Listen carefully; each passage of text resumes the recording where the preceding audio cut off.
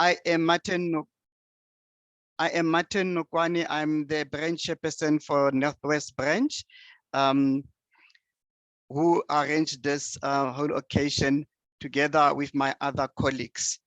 First of all, Catherine, I would also like just to tender an apology for Adri, who could not be with us today. However, Erika will take us through your biography in a short while. Colleagues, the idea of this day, it is to celebrate Librarians Day. As we know, actually, this week or this month, it's our youth month.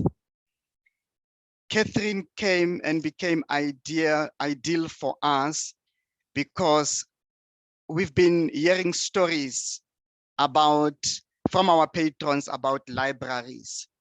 So we had thought that perhaps we need just to turn the coin, flip over the coin, and let us hear from our retired librarians.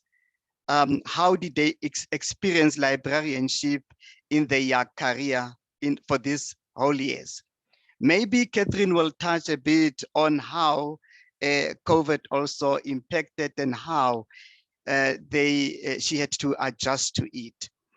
We also know that we're talking of millennials, and I believe that before Catherine retired, she also worked with a few millennials, and maybe she can also tell us a story about millennials, how she experienced them, and share that with the rest of the team. And we will again draw this and take this as something that will encourage us furthermore to keep on pursuing librarianship and also doing our utmost best in our different environments. Once again, let me tender an apology for our PRO. He won't be joining us, he is off sick. However, I will also, in the meantime, also in the interest of time, give over to Erika Wood, Manager, Information Services at the Northwest University Potchefstroom campus, to take us through Catherine's biography. And thereafter, please, Erika, invite Catherine to take the podium or to take us through the program for the day. Thank you so much.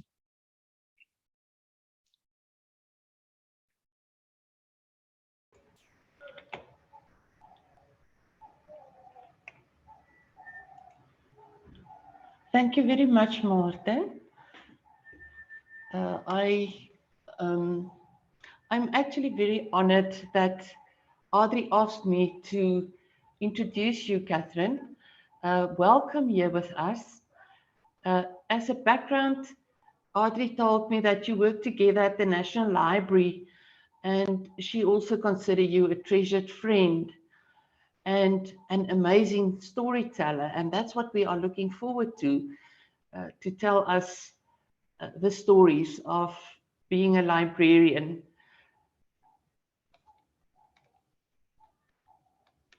She also sent me your CV, and I could see that you spent your career working in Durban with Words and Books as a librarian in public and university libraries, and that in 2011 you started painting, and you got so involved with it that you even joined the South African Society of Artists in 2020.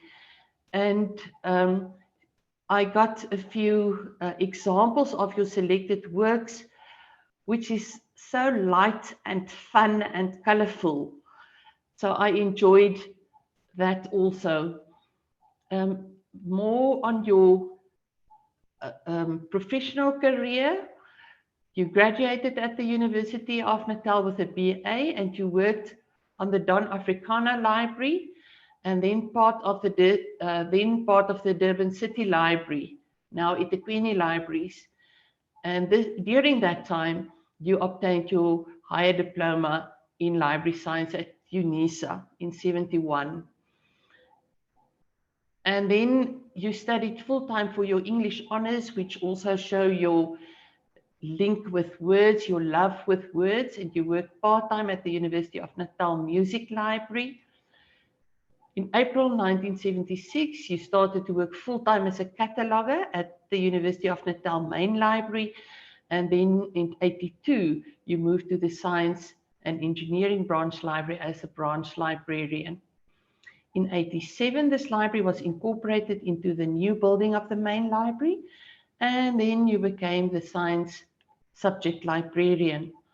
Now, subject librarians close to my heart because that's also what I am, assisting and supporting people with to make a difference in their subject fields. You didn't stop studying, and I see in 89 you finished your MBibble and you became the chief subject librarian in charge of 6 subject librarians. In the disciplines in the main campus of all the disciplines except music and law, but as you worked in the music library, I think you also have part of that in your DNA. In 2004, the University of Natal merged with the University of Durban-Westville to become the University of KwaZulu-Natal, and your campus was known from then on as the Howard College campus. In 2007, you became the campus library of the Howard College campus, and at the end of 2009, Catherine retired and was also, just before that, in 2008, honored to be chosen as the LIASA KZN branch librarian, the KZN branch librarian of the year. Catherine, I am in awe of your inspiring professional career, and as an art lover and music lover, I also feel that connection with you on the art and the music side. I want to welcome you, warm welcome, and we're looking forward to listening to you. Over to you.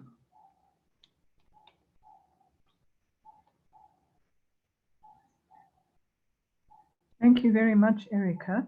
I would like to, oh, I can start my video, okay. Right, can you hear me, everybody?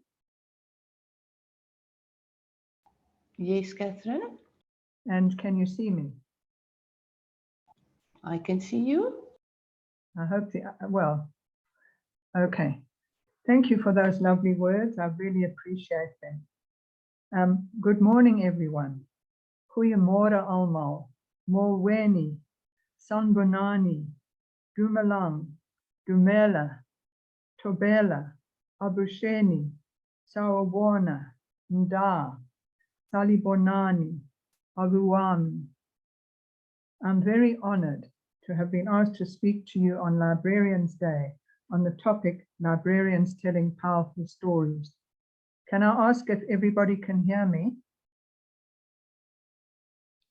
Yes, I can hear you. Good. We are, as people, very dependent on stories.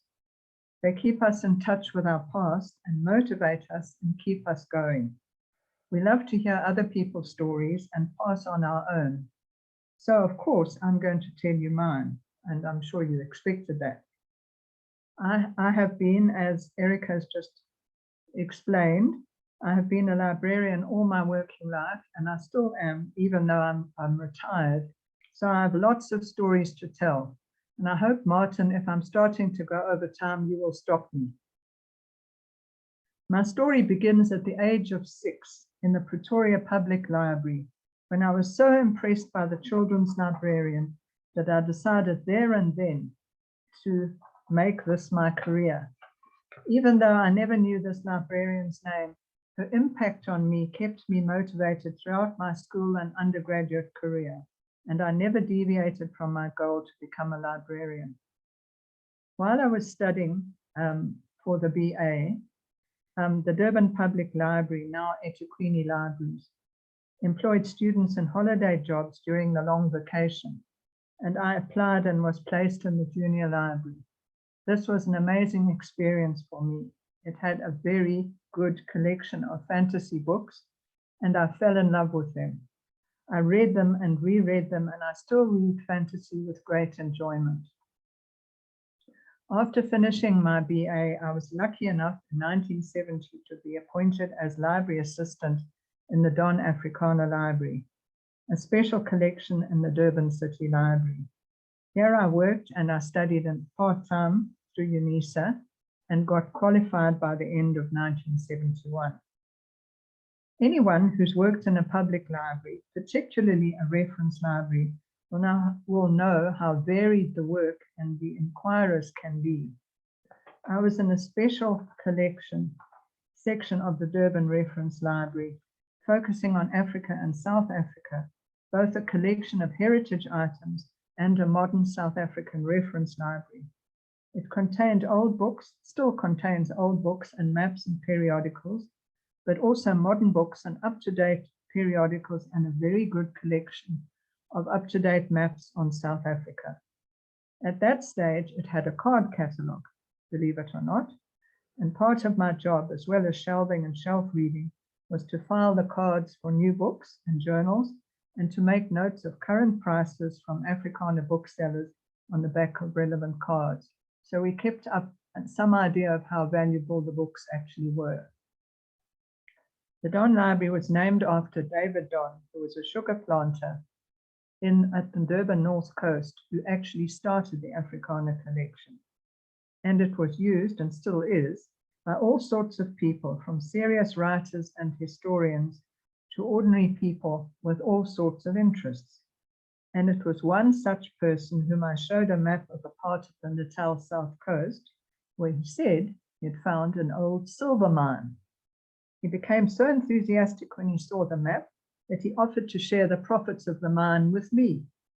Unfortunately, he never came back again, so I never knew if he found the mine or if there was workable silver in it. Another inquirer was the owner of a collection of South African art and was looking up the other works of the artists whose works he owned. This gentleman actually proposed marriage to me. "Come and share my collection with me," he said. Unfortunately, I had other plans. The most memorable user of the Don Library, though, was Major Roland Ravenheart. He wrote books on Cape history and had his very own chair and his typewriter in the reading room. When I first saw him, he looked so old and fragile that I was terrified he would come to some harm in the library. He came in fairly often, and I got used to him, and I realized that if I breathed on him, he wouldn't fall over. And he used lots of books on different subjects. I remember him using a modern map of Sir Lowry's Pass near Somerset West, and showing me from the map where the old road up the pass had run. All in all, it was a very interesting library. I learned a lot from it. In fact, I started to think I knew it all. But at my next couple of jobs, I found out that I still had quite a lot to learn. As a temporary assistant in the music library at the University of Natal, I was amazed. I didn't know that you had to know a lot about music to be a music librarian. Needless to say, I didn't know much about music myself. I was given the task of cataloguing scores. I don't know if the music librarian knew quite how dodgy I was at cataloguing scores, but anyway, she gave them to me to do. And my workroom was next to the students' practice room. So whenever I was at work, there was music or singing going on in the next room. I came across a score that required the musicians to sit on their chairs for 4.5 minutes without playing a note. This was, of course, the score of John Cage's work, 4 minutes, 33 seconds, in which he showed how important background sounds and silence are in any musical performance. but most of the other scores were ordinary musical notation. In my next job, as a permanently appointed cataloguer in the UND main library, I discovered how little I knew about classifying books in a university library. In the Don, my job had been information retrieval. I took it for granted that each book had only one right Dewey class number. When I shared this idea with the other catalogers, they almost fell off their chairs laughing.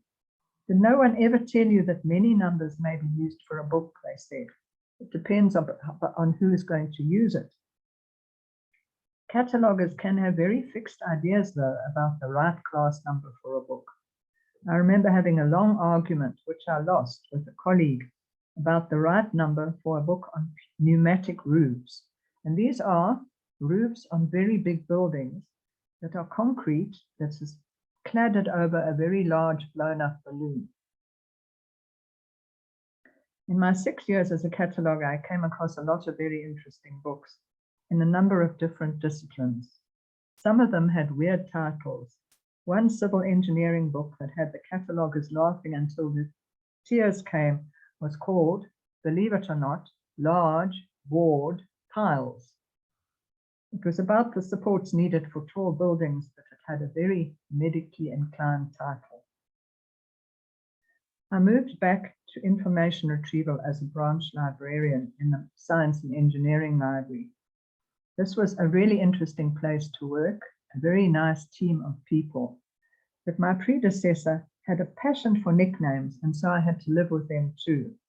One colleague was called Mr. Biswas, another Ducky, and even the section of exceptions at the issue desk, yes, it was still on cards, was called the Gotwas, after the Zulu for but. In this science and engineering library, I managed pretty well with very little knowledge of science at the beginning, thanks to the excellent subject catalogue.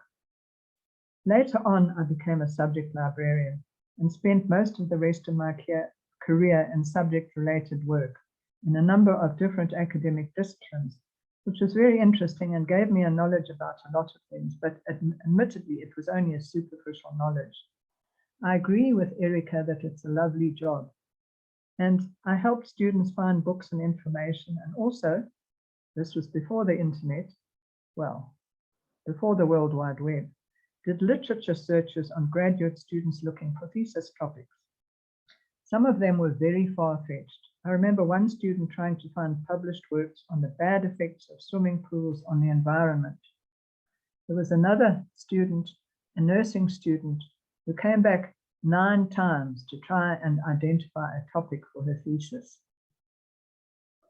During my career, I also became interested in open access and was invited in 2007 to go with a group of IT specialists who were offering a 2-day course on open access to librarians in Accra, Ghana.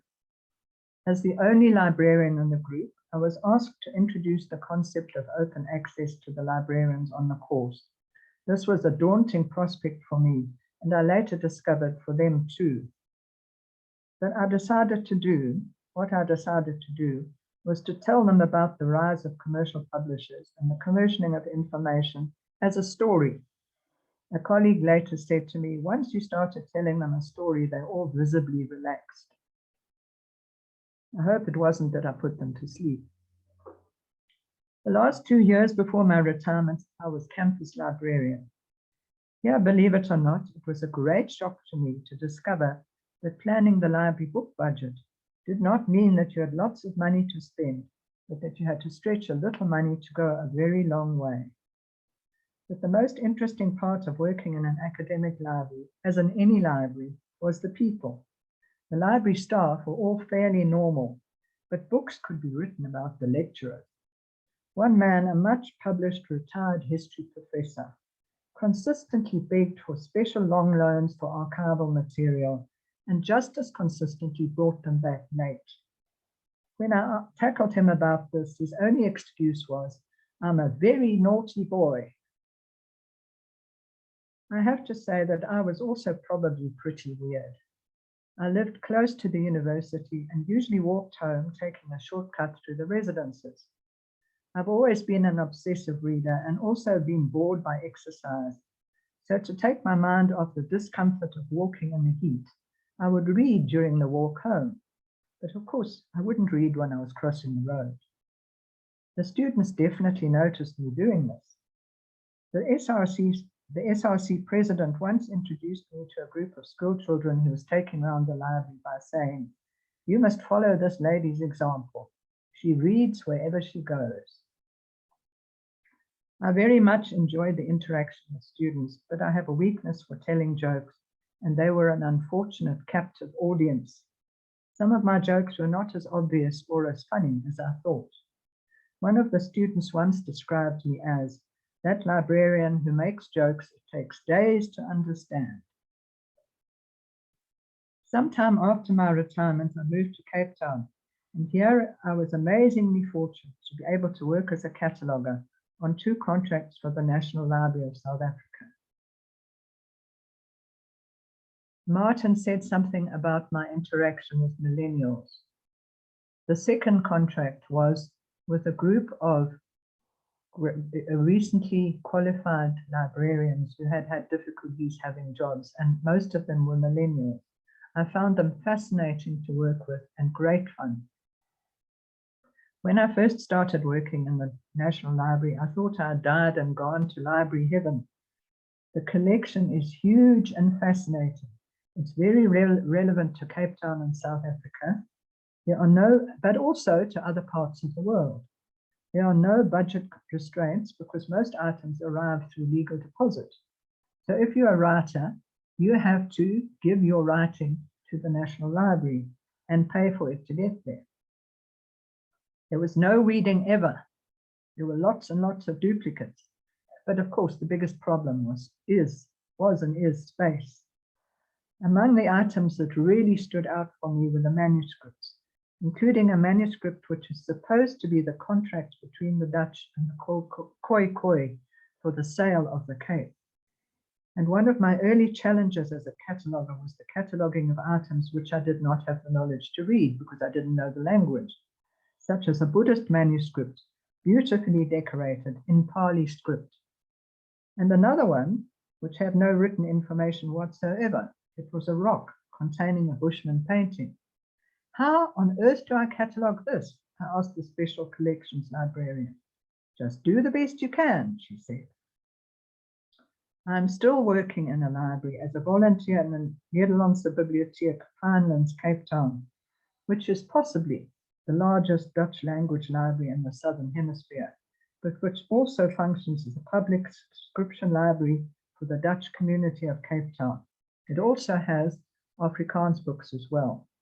Here I am able to practice my father's home language, which is Dutch. At the end of my career, you'd perhaps like to know if it was all worth it. Yes, yes, and yes. And what was particularly worthwhile was my interaction with LIASA. It was so fantastic to have the support and the encouragement of other librarians and to share stories with them. Now I know I don't know everything. It's great to find out more things every day, more new things every day. But I'm also realizing just how libraries are important in this 21st century of ours. In the early 2000s, I attended a conference at the University of Natal, at which an amazing keynote presentation was given by the IT director, Dr. Duncan Greaves. He didn't use PowerPoint, he used pictures. He described librarians before the arrival of the internet as cultivators of isolated, small, but unique collections of information. He called them gardens in the desert. He then described the impact of the internet on these communities of librarians in the words, but then the climate changed and the desert became a jungle. It became just as important to guide seekers after information through the jungle of the internet as to preserve the collections in the gardens, which were the libraries. This is a typical attitude of an IT person. To some extent, this parable describes the problem libraries, in particular public libraries, are dealing with today, When user numbers are down, funding is difficult, and reference libraries have almost totally been overtaken by Google. In this time after COVID, when books and magazines are available online, the internet is on our phones, it is only too easy to say, as many do, oh, libraries are out of date. But libraries are in fact more important than ever. Why? They still preserve our heritage and support our education, but more, they do something so quietly we don't even notice it. They provide people with opportunities to read. They are also more vulnerable than ever. The internet is not the only threat to libraries.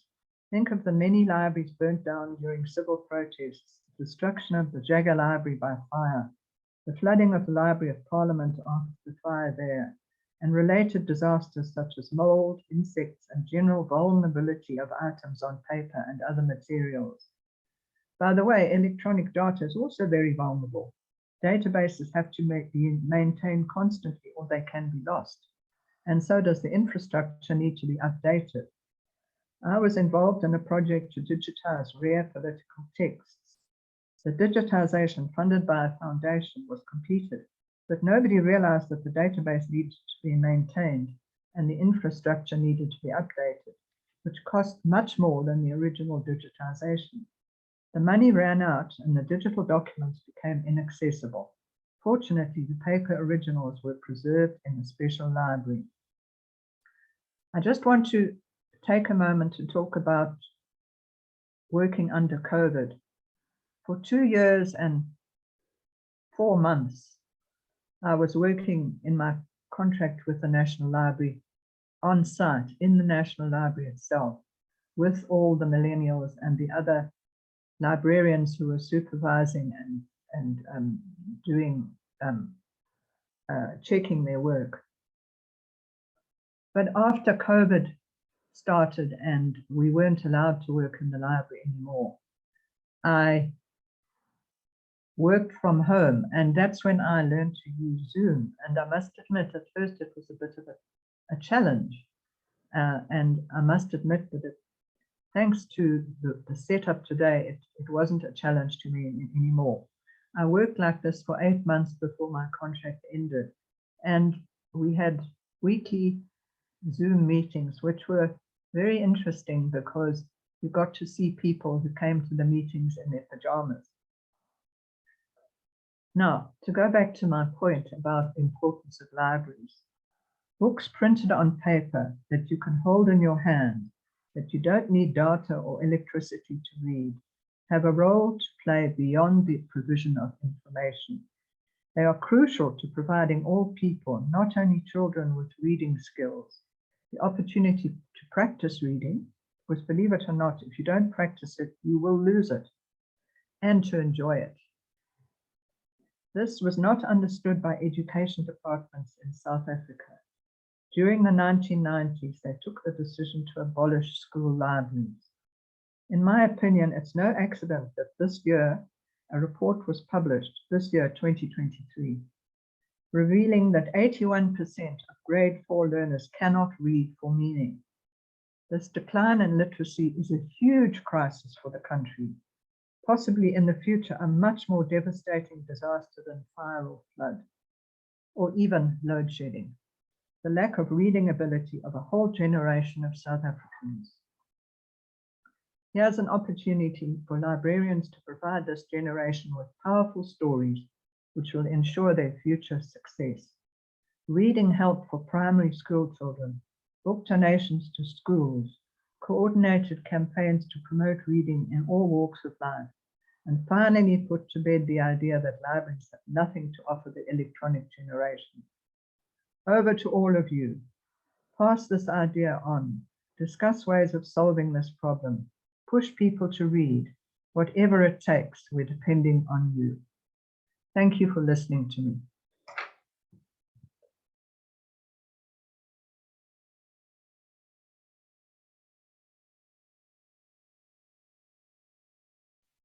Thank you so much, Catherine.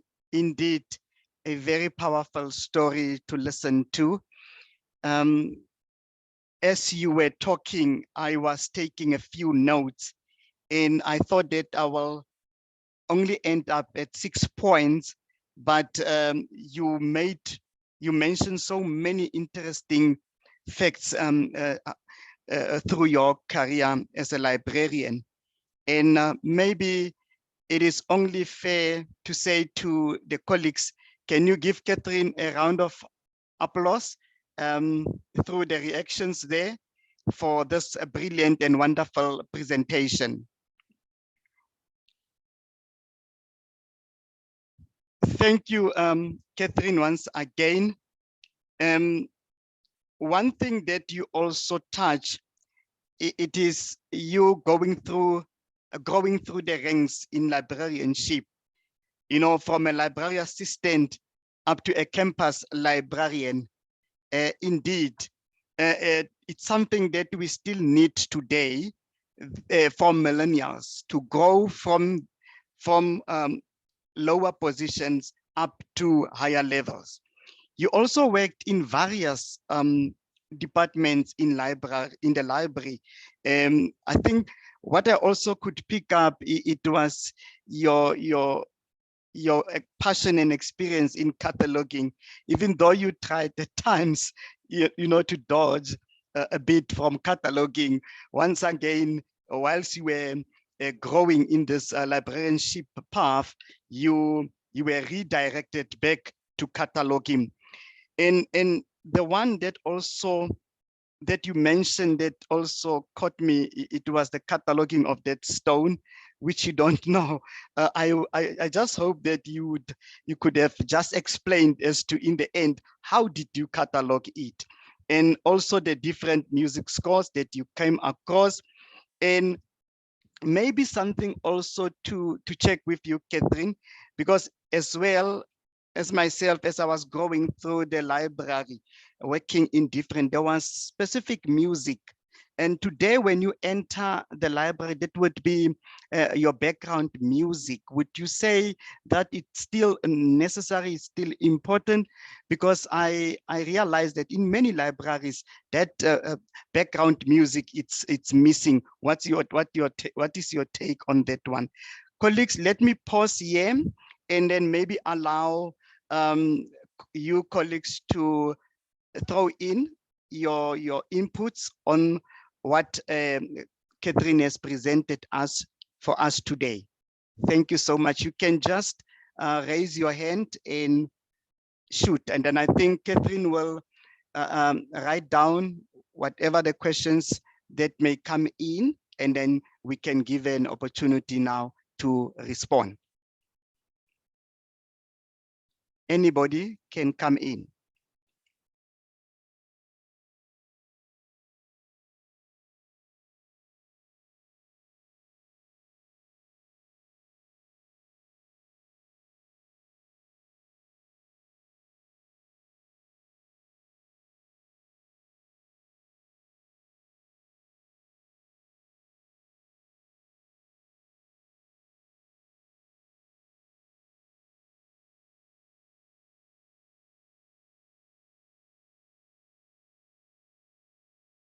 Catherine, whilst the colleagues are thinking or trying to structure their questions, can you just respond to the few things that I've just mentioned? What is your take on those?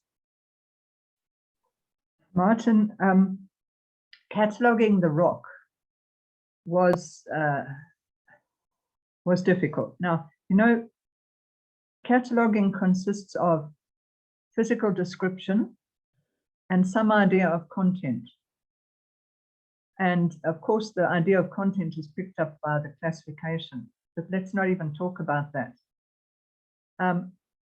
When I sat face to face with that rock and the Bushman painting on it, all I could do was measure the rock, describe in very brief detail what the figures on the rock appeared to be doing, that there were so many figures. There was a giraffe, there was a buffalo, there were hunters, but you know, that was about it. And then I just gave it a subject heading for Bushman art and described where it had been found. But I must admit that the South African Museum, the National Museum, that is National Museum of South Africa, also in Cape Town, very close to the National Library, has very interesting displays about the meaning of, the possible meaning of Bushman paintings and the purpose of Bushman paintings, which I hadn't at that stage and only saw a bit later. I hadn't at that stage seen, so I couldn't really, I felt it was all I could do was just describe what was on it. I couldn't say what it was about because I didn't have the knowledge. The Pali manuscript was easier because in fact it was on the internet and it had been catalogued on the internet, so I just copied that. But it was a Hindu or Buddhist, it was Buddhist, a Buddhist religious text. That's what it was, that's all I knew. To answer your question about the background of special librarians, I found that, and I still find, that music librarians have to have some kind of music qualification because they have to be able to understand the very technical details of music. I was in a back room cataloging, and most of the scores were easy to catalog. And I didn't do any reference queries. And later on, when I was about to retire, that job became vacant. And we had a difficulty finding somebody to fill it because we needed somebody, because the music department said categorically they needed somebody that had a music qualification as well as a library qualification. Now, for other special libraries like the Science and Engineering Library, I had no special qualifications for that, but as I said, it was so well catalogued that I was able to help people with what they needed to find quite easily. And as a subject librarian, I depended on our catalogue and on the internet to find information for people. I don't know about whether a civil engineering librarian would need to know about building practices, but I think they can learn, and an architecture librarian also. I'm not too sure about a medical librarian though. So I hope that's answered your question.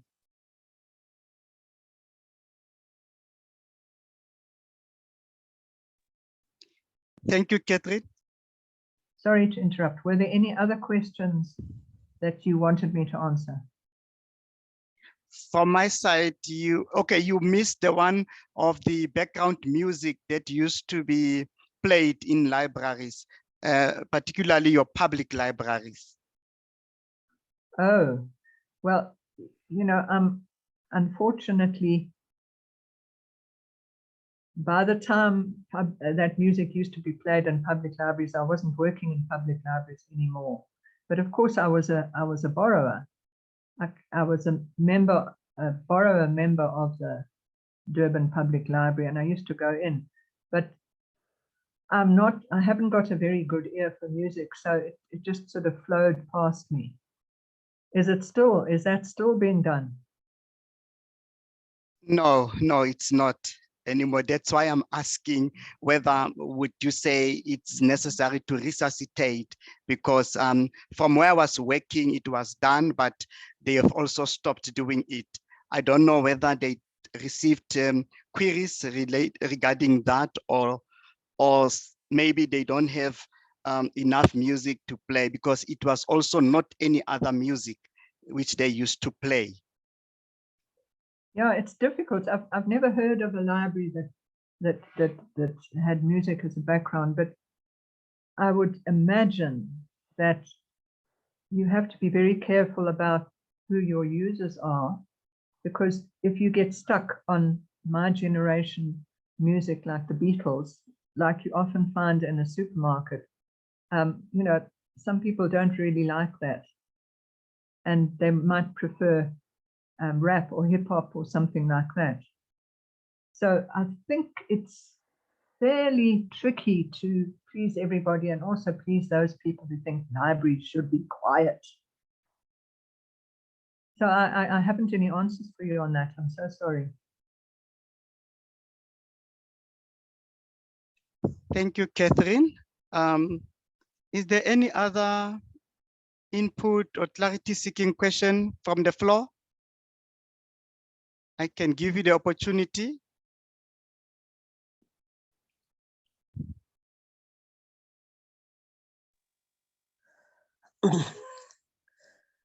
Good morning, can you hear me? Yes, yes. Hi, I'm Berenice, people from Alba College in Somerset West. I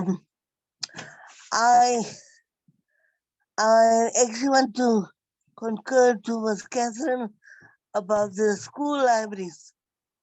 I was actually, I think in the 80s, it was the University of the Western Cape and the University of the Free State who offered the B-Bubble It degree where we qualify as teacher librarian.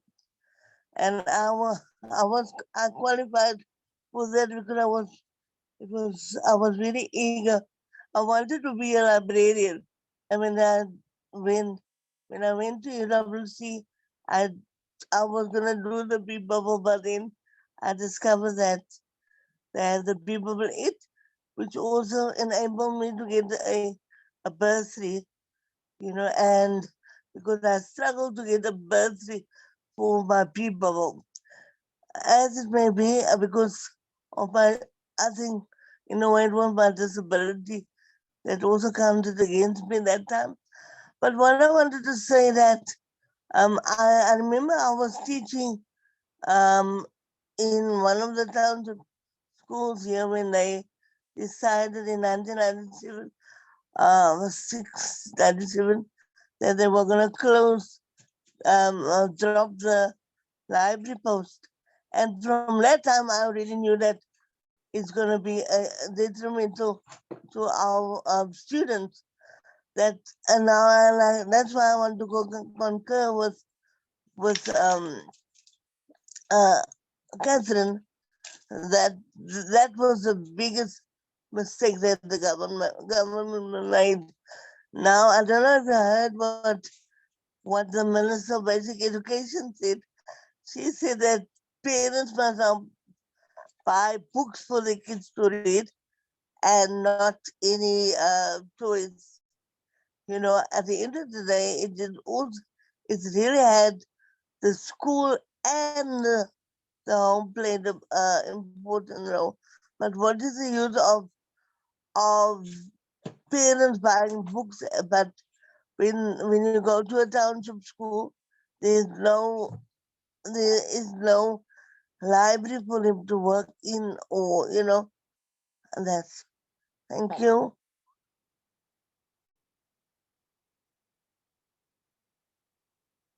Sorry. Thank you, Berenice. Can you hear me? Yes, I can hear you. Yes, I think it was Yes. absolutely disastrous what they did. It was shocking, and I hope they will be held to account for it by future generations. But it showed that they were just trying to cut costs, and they thought, well, librarians don't matter. But how did they expect that an institution that was there providing lots of books for people to read, completely free to the public, Yes. should well, all right, we're talking about public libraries, but I'm getting off the topic, that school libraries should provide books for children to read so they get the opportunity to read lots and lots of books. And I think that was such a bad decision, and it's criminal. It's absolutely criminal what happened. Yeah. Just in short, my experience now, I'm at the Heidelberg College of Higher Education, and I teach the foundation here, first year students, information literacy.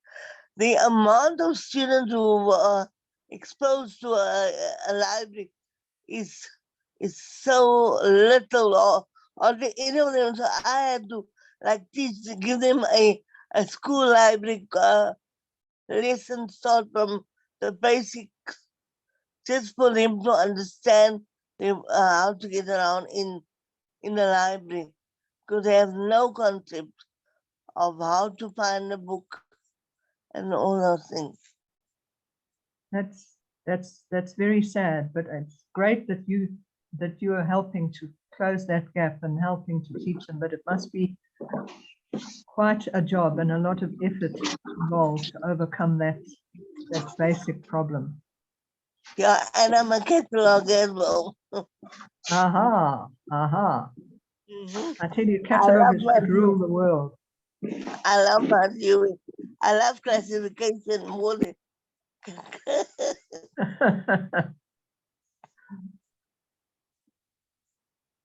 Thank you, Bernice. Thank you, Catherine, once again. Susan, I saw you unmuted. You can come in.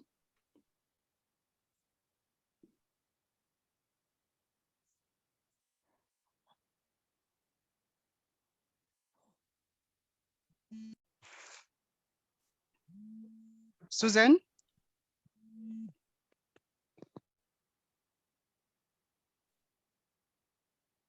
You can unmute.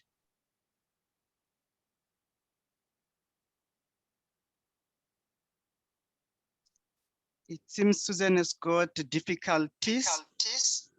Can I ask our chair-elect, Ms. Ratswana, to do the vote of thanks as we come to the end of the session? And thank you so much for all the deliberations and contributions thus far. Over to you, chair-elect. Okay, thank you, Mr. Martin Nokwana, the chair, and the team for organizing and arranging this kind of an event.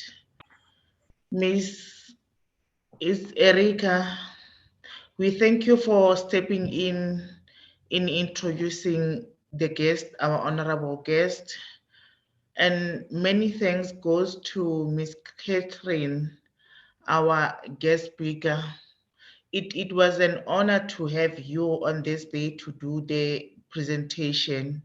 And thank you for sharing your journey, your experience, your expertise, especially in library and information science, because your experience, it tells us that during your time, things were not easy, but however, you managed to conquer those challenges. And your presentation, I think your journey and the presentation, it will encourage us, inspire us in so many ways. And to all of us who attended this, thank you for your time, for taking your time from your busy schedule. Your presence and support is really appreciated. And the national office, thank you for also being on board and arranging this kind of an event with us. I thank you all. We are just hoping to see you in the upcoming event on the 19th of July. Thank you, Chair.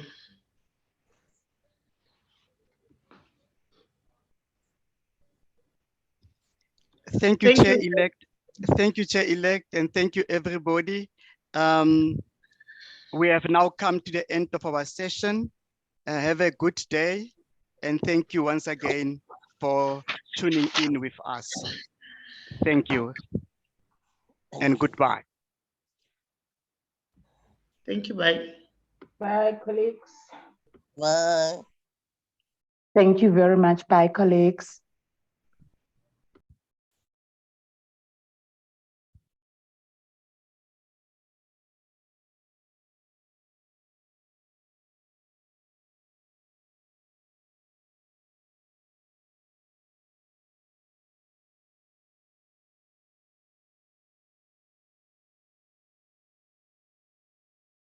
Apelele.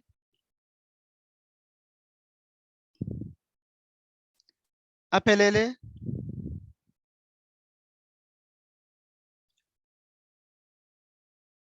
Apelele.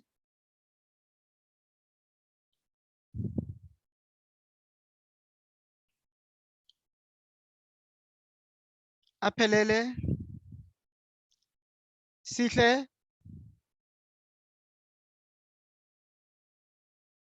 Sihle?